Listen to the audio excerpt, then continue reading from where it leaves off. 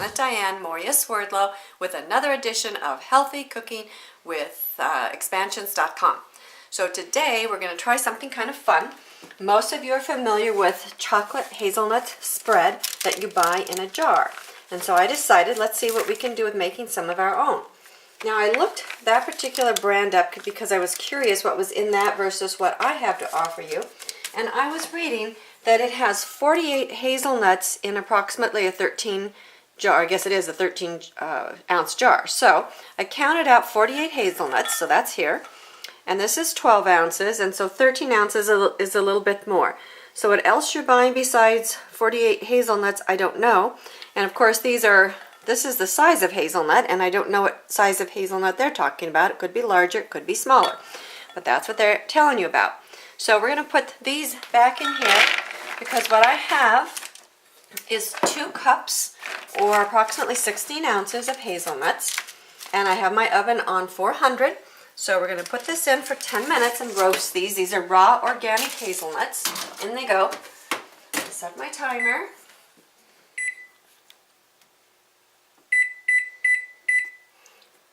Okay, and while that's roasting, I want to come over here and discuss some of the ingredients that I'm using. This happens to be coconut crystals, which you've seen before, and this is my sugar generally of choice, simply because of its low glycemic index, and you can see what it looks like in the can. Now what I did was I wanted to turn it into powdered sugar. So you can see the difference in color between that and I'll just take a little bit out here so you can see the difference. And in order to turn it into powdered sugar, you can do a couple of things. This is my little nut grinder, seed grinder, which you've seen quite a bit I use for a lot of my cooking. I tried making it in here, but it makes it really hot and took forever. So I put it in my regular blender, which is glass, and it only took a few minutes to turn it into powdered sugar. So if you have a blender, I'm going to recommend that you use that over your nut or seed grinder. And I have tried it in my Cuisinart before, but that again, it takes forever. Whereas in the blender, I put in 1 cup of this sugar plus 1 tablespoon of, I used arrowroot, which I prefer over cornstarch to kind of help keep it from caking, and just blend it for just maybe, it took me maybe 4 or 5 minutes to create this. So anyway, this is going to be ready for when our hazelnuts come out. Now also, I want to show you what I have here. This is a towel that I have made wet, just barely damp. And when the hazelnuts come out, we're going to put them in here and rub them around a little bit, and that will help to take off the brown husk on the outside. So as soon as they're done, we're going to take off those husks and we're going to go to step 2, which is putting everything together and making our own chocolate hazelnut spread. And we're going to know what's in it versus be surprised or be eating a lot of filler. Okay, this we're going to turn this off, our timer off, and let's pull these out. And they're still warm. You can see how they're starting to split a little bit even. I'm going to open up the damp cloth. Let's put them in the middle. I'm just going to roll them around a little bit and help take off the brown hulls.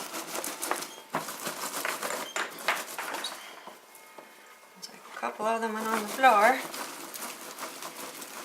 And you can see how they're starting to come off, and that will help to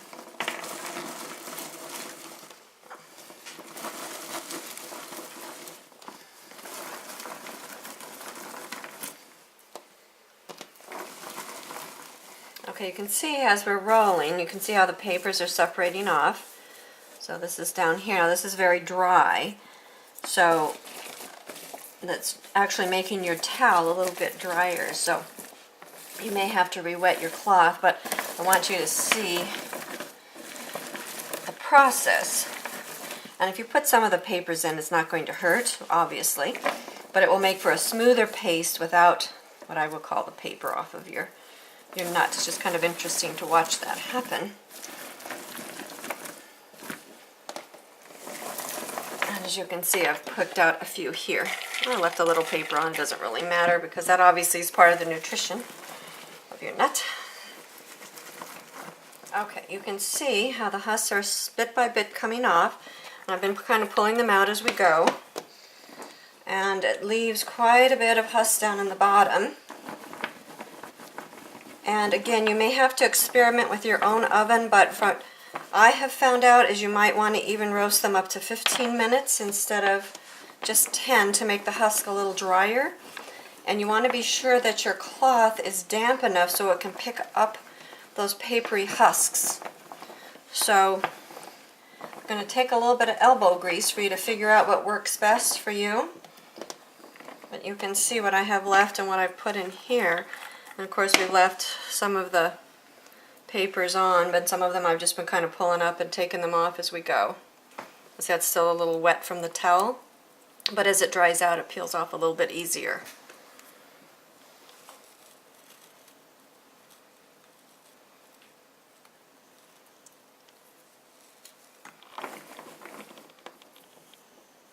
Okay, as you can see, we still have a few with the papers left on, or the husks.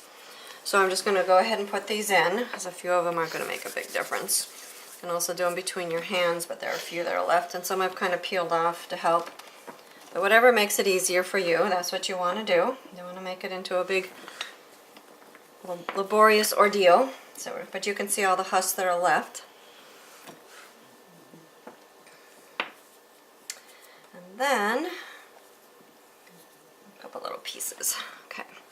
The majority of them are off, you can see from down in here. Now we're going to take them over and put them into the Cuisinart. And this is a half a cup of raw cacao powder.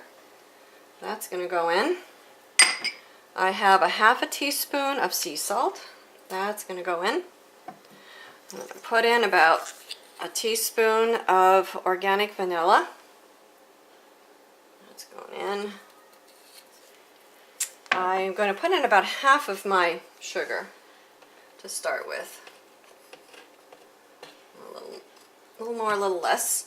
And then this is organic hazelnut oil. I'm going to put in 3 tablespoons to start with, and you might want to add a little bit more depending upon the consistency. So there's 1, 2, there's 3 tablespoons. You might want to add a little bit more, but we'll start off a little bit drier and we'll add it if we need it. The top goes on. This gets plugged in. And let's see what happens.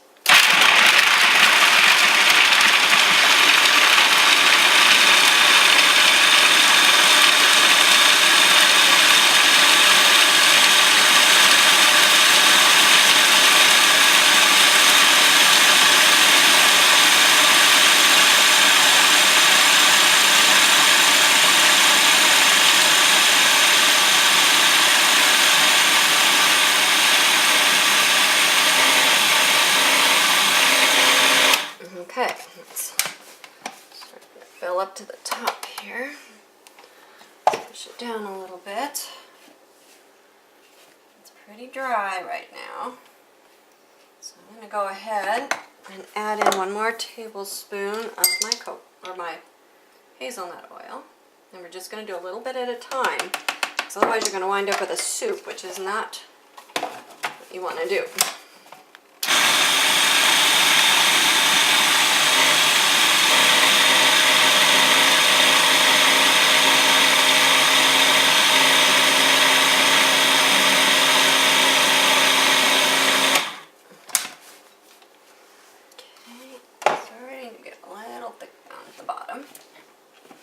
Smells delicious.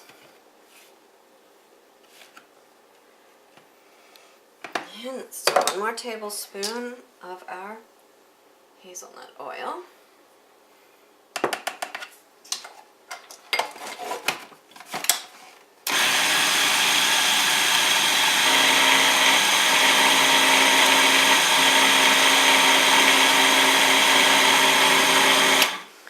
Other thing that we can do is add just a little bit of steam distilled water in. So I'm going to put in 1 tablespoon of that.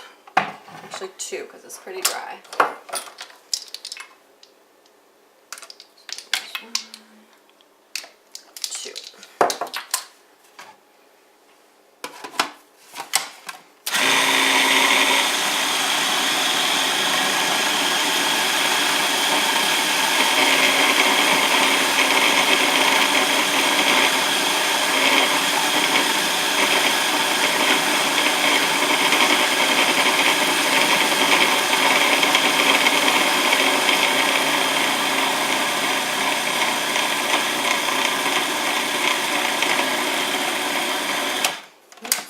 consistency is doing. Still pretty dry in there. Let's taste it. It's delicious. Put a little bit more of the sugar in. Actually, let's just finish it off.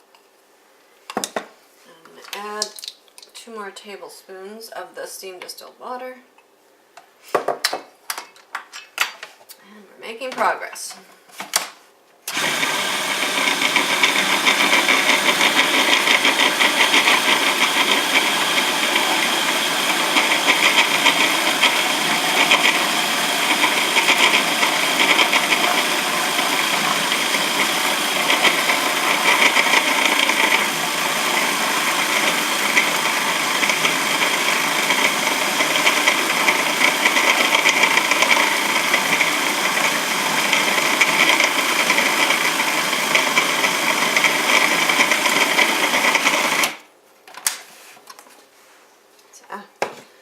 Nice and smooth, just the way you want it. Still a little thick. Let's taste it. Taste is good. I'm going to do 1 more of my oil and 1 more of my water.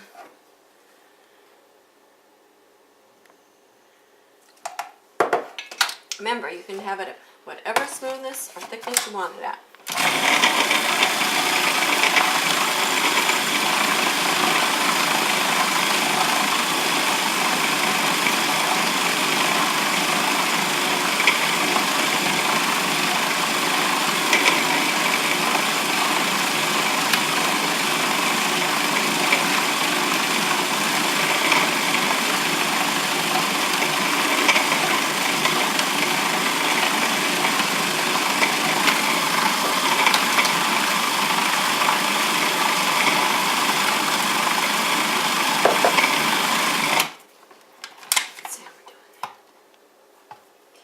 Coming.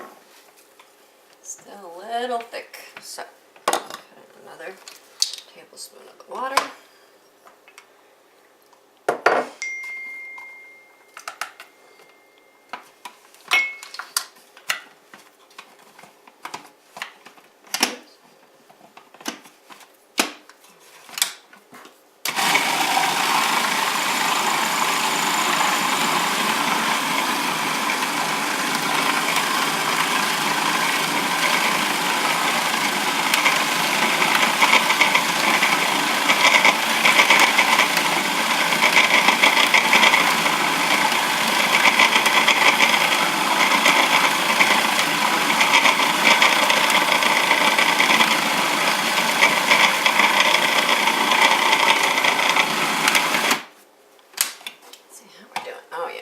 Every time. See how it's getting continually smoother and creamier. So again, like I said, a lot of it's going to depend on what kind of nuts you put in, how much they're roasted, the moisture content of your nuts, you know, things that you may not be thinking about normally because you just don't think about that when you work with your nuts. But you can see it's really turning out beautifully. Let's taste it.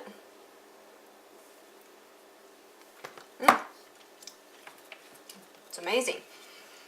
But I want it just a little thinner, so I'm putting in 2 more tablespoons. Actually, I'm going to just do 1. You never know with water. You can really thin things out really fast, and then, like I said, you're just going to have a soup, which we don't want. Here we go.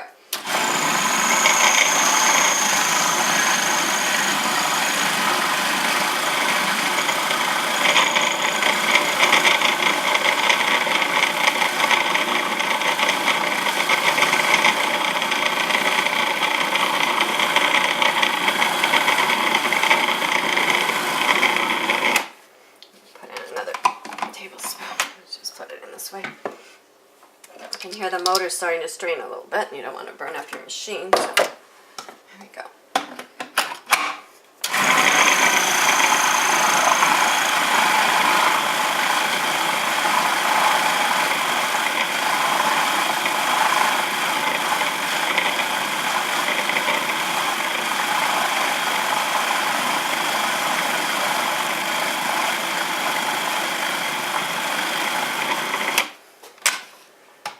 Okay, I think we're just about done.